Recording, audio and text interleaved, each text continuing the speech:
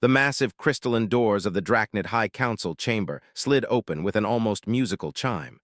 Supreme Overlord Vexther straightened his imposing frame, adorned with the ceremonial cloak of 10,000 victories. Around him, representatives from hundreds of conquered worlds shifted nervously in their designated observation pods. This was meant to be another routine submission ceremony, another species to add to their vast empire's collection. Admiral Victoria Nash strode into the chamber like she was walking into a coffee shop back on Earth. Her crisp Navy uniform bore no medals or decorations, just a simple silver pin indicating her rank. Behind her, Captain James Wung and Dr. Mei Takahashi maintained equally casual demeanors, their eyes scanning the vast chamber with professional interest rather than the expected awe. "You stand before the might of the Drachnid Empire," Vexther's voice boomed through the chamber's perfect acoustics.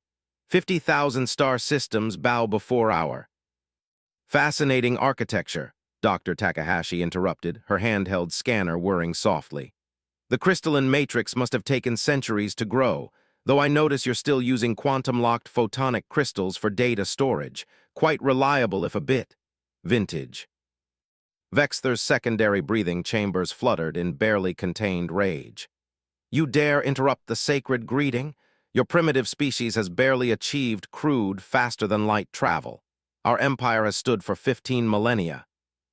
Admiral Nash checked her wrist display. "Actually, we achieved practical FTL about 40 years ago. We just didn't see the point in broadcasting it. Your monitoring stations in the Kuiper belt were still using narrow-band quantum entanglement detectors. They wouldn't have picked up our drive signatures." The chamber erupted in shocked whispers. Grand Marshal Zixtel stepped forward, his ceremonial armor clanking. "Impossible! Our surveillance network is absolute. We would have detected." "Your surveillance network," Captain Wung spoke up, "runs on 6th-generation quantum encryption. We cracked that 3 decades ago. Did you really think those system outages last year were solar flare activity?" Vexther's facial crystals darkened with fury. "You infiltrated our networks. Our defenses are impenetrable. Our battle fleets numberless." "About that," Nash said, pulling up a holographic display from her wrist device. "Your main battle fleet at Proxima Centauri, the one you were planning to use for your shock and awe demonstration," she made air quotes with her fingers. "They're currently experiencing some technical difficulties with their drive systems. Nothing dangerous, just inconvenient." The Grand Marshal's secondary heart nearly stopped. "The 7th Fleet is disabled." "We didn't hurt anyone," Dr. Takahashi added quickly. "Just introduced a small quantum variance in their drive matrices. They'll figure it out in a few days, probably." Vexther rose from his throne, towering 3 meters tall. "This is an act of war. We will." "You'll what?" Nash's voice cut through the chamber like a blade. "Launch your automated defense platforms, the ones we've been using for target practice for the past month. Or maybe you'll call in the dreaded Armada, currently stuck in sublight thanks to that same drive variance." The chamber fell silent. For the first time in 15,000 years, the Drachnid Empire faced something they hadn't expected, a species that wasn't impressed. "Here's what's going to happen," Nash continued, her tone shifting to diplomatic. "We're going to establish formal relations. You're going to start treating your subject worlds as actual partners. And maybe, if everyone plays nice, we'll help you upgrade some of your systems. Earth isn't interested in conquest or submission. We're interested in cooperation." But our empire," Vexther stammered. "Can adapt," Nash finished. "Change isn't always bad, Supreme Overlord. Just ask the Andromedans about their democratic reforms. Oh wait, you didn't know we were in contact with them too, did you?" As the human delegation turned to leave, Dr. Takahashi paused. "Oh, and those ceremonial crystals you're wearing, they're not actually from the First Dawn period. They're clever reproductions from about 300 years ago. Thought you might want to know." The doors chimed closed behind them, leaving the mighty Drachnid Empire facing an uncomfortable truth. The galaxy was a much more interesting place than they had imagined, and humanity had been watching, waiting, and quietly surpassing them for decades. In the corridor outside, Captain Wung glanced at Nash. "Think they got the message?" "If not," she replied with a slight smile. The database we just uploaded to their public network should do the trick. Nothing classified, just enough to show them what they've been missing while they were busy being impressive. As their shuttle departed the massive space station, the three humans couldn't help but feel a little sorry for the Drachnids. It's not every day you discover you're not actually the most advanced civilization in the room. But then again, humanity had learned that lesson long ago, and they had turned out just fine. The aftermath of the human delegation's visit rippled through the Drachnid Empire like a quantum shockwave. In the secure depths of the Earth's diplomatic corps headquarters in Geneva, Admiral Victoria Nash stood before a holographic display showing the chaos unfolding across 50,000 star systems. "They're scrambling," Captain Wang reported, scrolling through real-time data feeds. "Their entire command structure is in disarray. 17 subsidiary worlds have already submitted formal requests for independence, and that's just in the last 6 hours." Dr. Takahashi's fingers danced across her interface, analyzing the incoming data. Their quantum networks are lighting up with communications. Some of their outer worlds are already shutting down their tribute systems. The Empire's economic model is starting to crack. Admiral Nash nodded, her expression thoughtful. "And the Drachnid High Command?" "Still in emergency session," Wang replied. "Though Supreme Overlord Vexther hasn't emerged from his private chambers since our visit, our sensors show increased security around their central archive facilities. They're trying to verify everything we said." "Let them look," Nash said, a slight smile playing at her lips. "The truth is going to be far more interesting than anything they imagine." The door slid open, and Director Harrison Wells entered, his weathered face bearing the weight of decades in Earth's intelligence service. "The Council wants an update. How close are we to Phase 2? Nash gestured to the central display, where red dots representing Drachnid military assets were steadily changing to yellow, their status shifting from hostile to neutral, as the modified drive protocols continued to spread through their fleet. "Their entire defense network is compromised, though they don't fully understand how yet," she explained. "Dr. Takahashi's quantum variance program is proving more effective than we anticipated. Their ships can still move, but not fast enough to maintain their empire's traditional methods of control." "What they don't realize," Takahashi added, "is that we're not just preventing their ships from reaching full speed.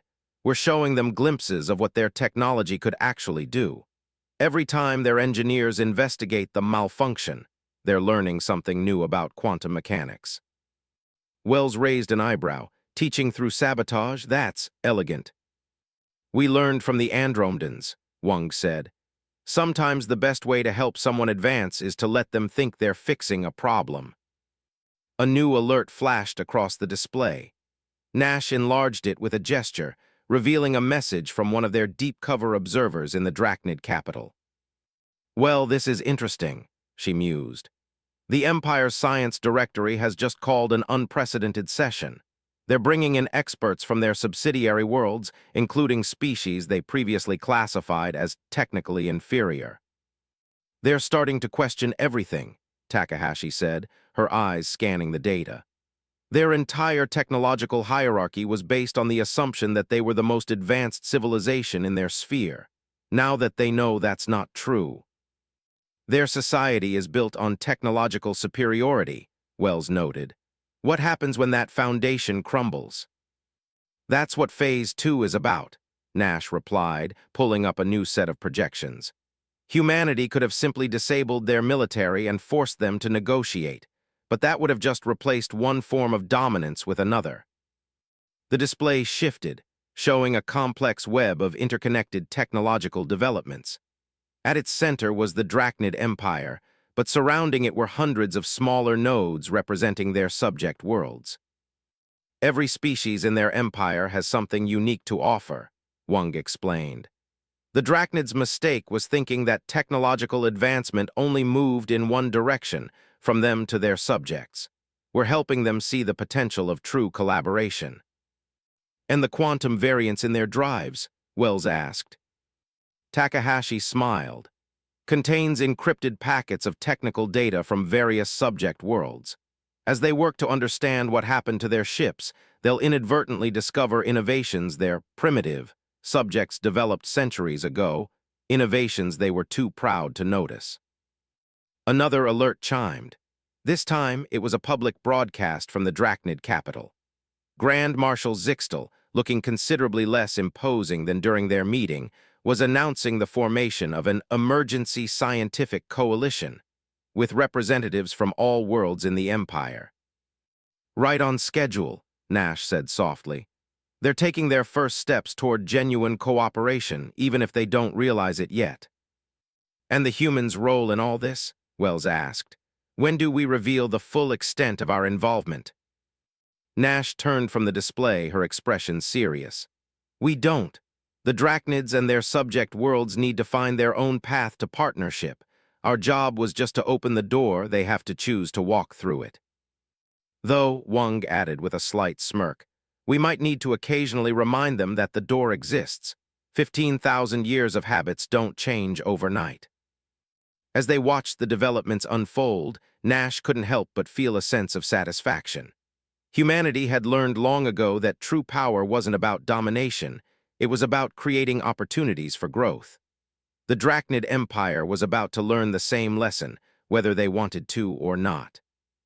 The Galactic Archives, once the proud symbol of Drachnid superiority, had become a hive of unprecedented activity.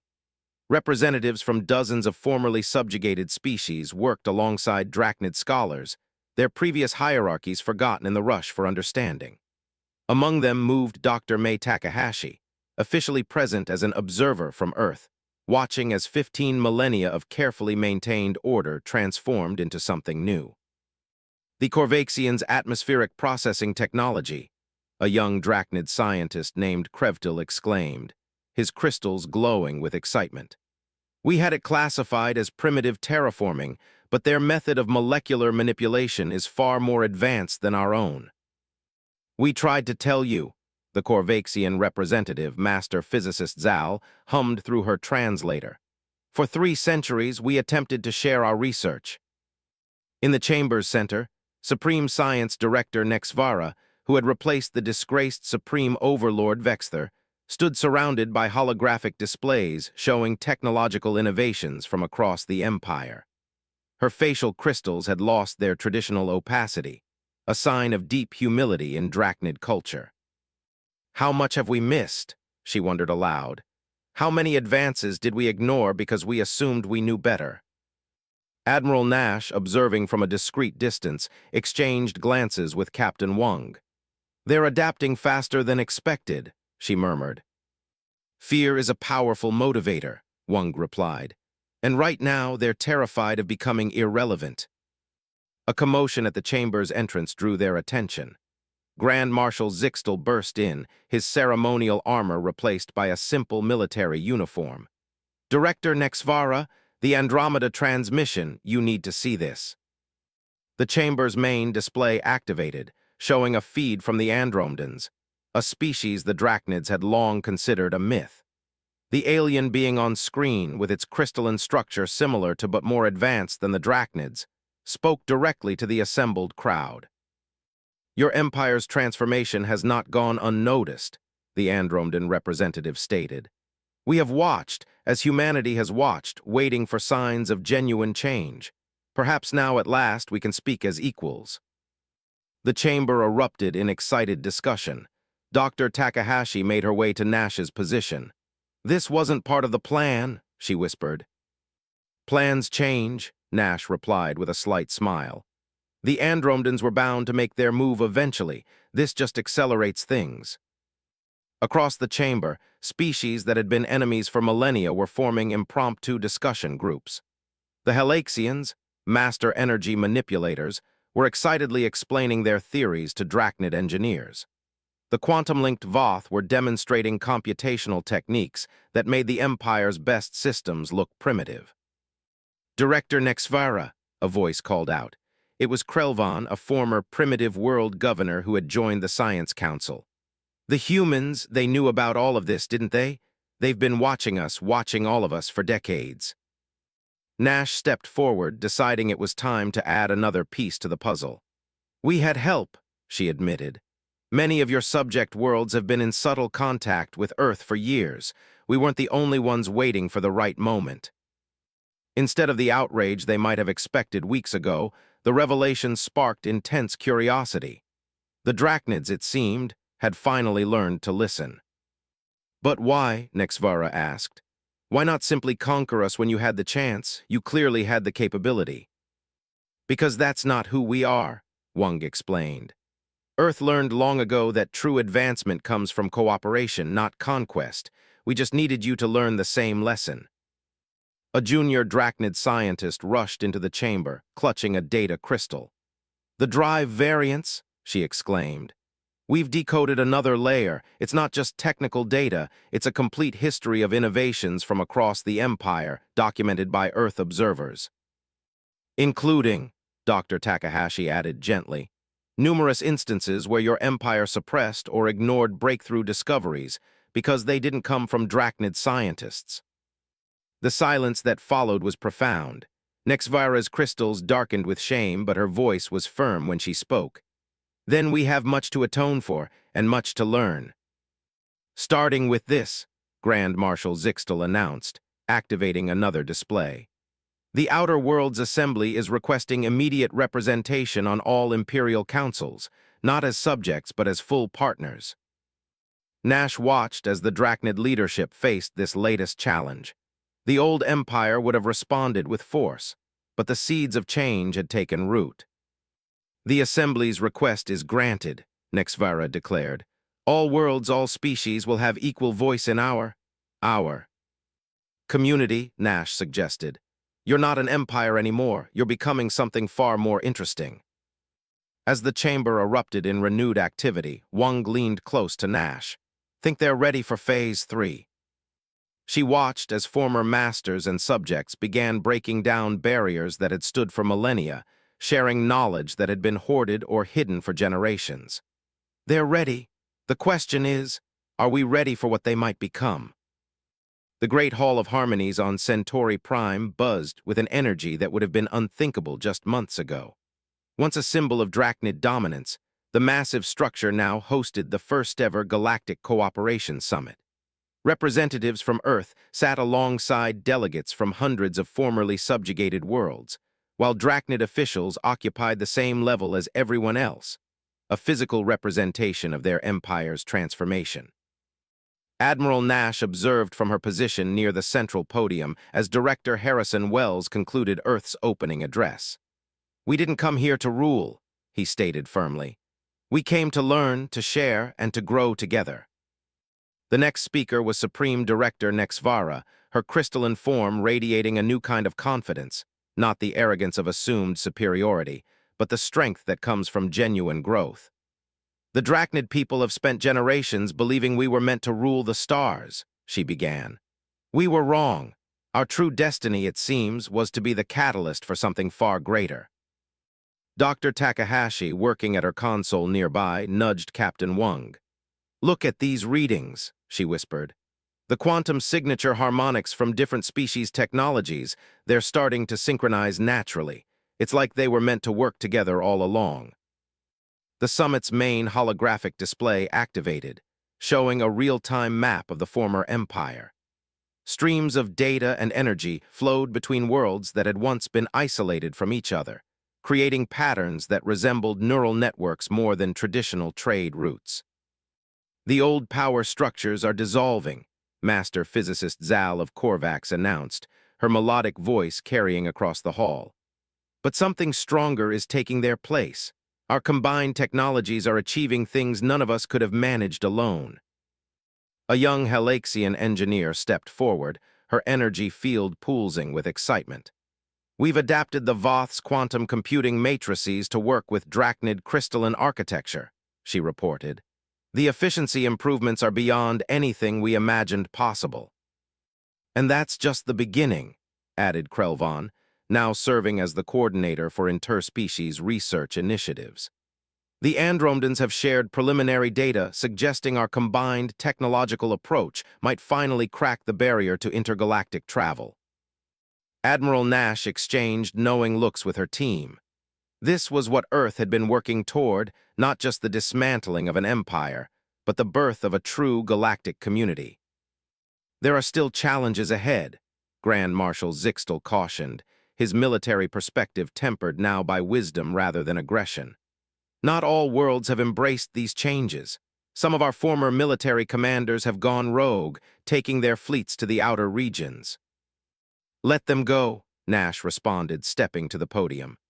They'll return when they're ready. You can't force evolution of technology or society.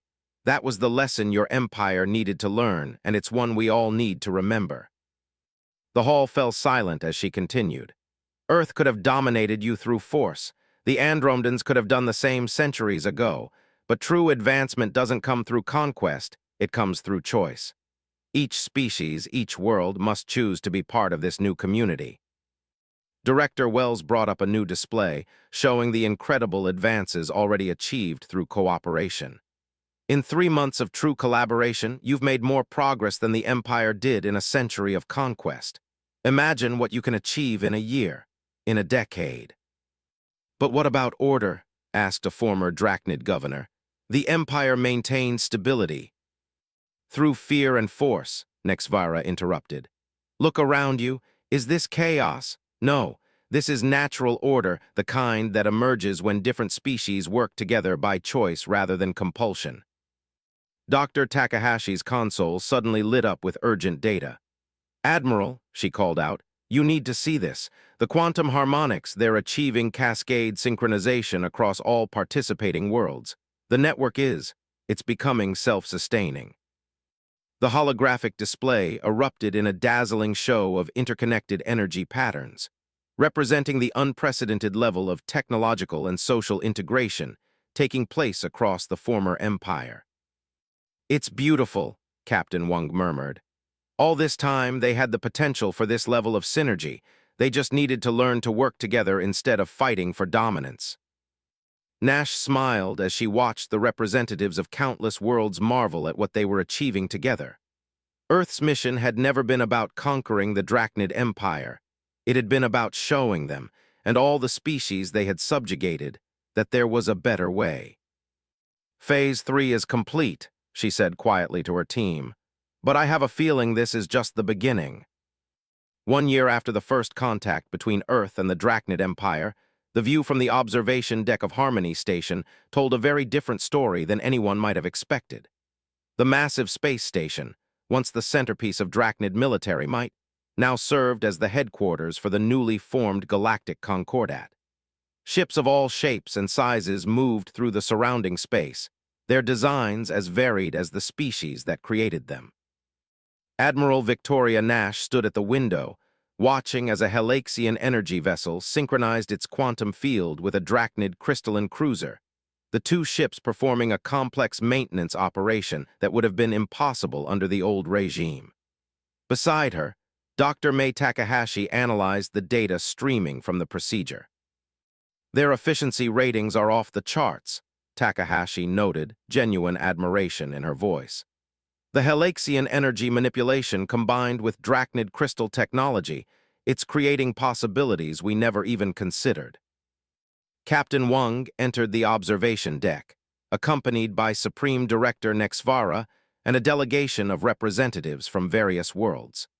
The Drachnid leader's crystals shimmered with a prismatic effect that would have been considered inappropriately emotional a year ago. The last of the holdout fleets has returned, Nexvara announced. Even the most stubborn of our former military commanders couldn't ignore the advances being made here. They're requesting permission to join the Concordat. Permission granted, Nash replied with a smile. Though they'll have to go through the same integration process as everyone else. No special treatment for former Empire officials. The delegation moved to the center of the deck, where a massive holographic display showed the current state of known space. Worlds that had once been marked as subject planets now pulsed with their own unique signatures, connected by streams of data, energy, and commerce. Master Physicist Zal gestured to a particular cluster of systems. The combined research facilities in the Corvaxian sector have made another breakthrough. By integrating our atmospheric processing with Voth quantum computing, we've developed a way to terraform planets in months rather than centuries. And that's just the beginning, added Krelvan, now serving as the Concordat's chief of innovation. The Andromedans have confirmed what we suspected. Our combined technologies are approaching the threshold for stable intergalactic travel. Director Wells, who had just arrived from Earth, joined the group. The Council is pleased with the progress, he said, though some still question whether we should have revealed ourselves to the Drachnids so dramatically. It was necessary, Nash responded, turning from the window. The Empire wasn't going to change gradually. They needed a shock to their system, the realization that their perceived superiority was an illusion. An illusion we're grateful you shattered, Nexvira admitted. Though I still wonder, why did Earth wait so long? You could have intervened decades ago. Dr. Takahashi stepped forward, her expression thoughtful. We needed to be sure we could handle the responsibility. Earth's history isn't perfect. We've had our own struggles with power and domination. We had to learn our own lessons before we could help others learn theirs. The station's AI announced the arrival of another delegation, this time from a previously unknown civilization at the galaxy's edge. They had reached out after observing the changes in the former empire, interested in establishing contact with the Concordat. And so it grows, Captain Wang mused. Not through conquest or intimidation, but through genuine interest and mutual benefit. Nash watched as the new delegation was welcomed by representatives from dozens of worlds. There was no hierarchy here, no demanded submissions or displays of power. Just different species coming together, each bringing their own unique perspectives and capabilities to the table. We've created something unprecedented, Nexvara said, her tone reflecting both pride and humility. Not an empire, not a federation, but a true community of equals. No, Nash corrected gently. You created this. Earth just showed you the door. All of you chose to walk through it. As if to emphasize her point, the holographic display lit up with new data streams as another technological breakthrough was shared across the Concordat. The combined knowledge and capabilities of hundreds of species working together were achieving things that would have been impossible under the old system of dominance and submission. The real question, Director Wells said, is what comes next. We've broken down the old barriers, combined technologies in ways nobody thought possible. Where do we go from here? Dr. Takahashi's console beeped with incoming data from the quantum harmonics network. According to these readings, she said with barely contained excitement, we're about to find out. The network is detecting something new, something none of our species has encountered before. Nash smiled as the room erupted in enthusiastic discussion, different species immediately beginning to share theories and suggestions. This was humanity's true gift to the galaxy, not technology or power, but the understanding that the greatest achievements come not from domination, but from cooperation. We go forward, she said simply, together.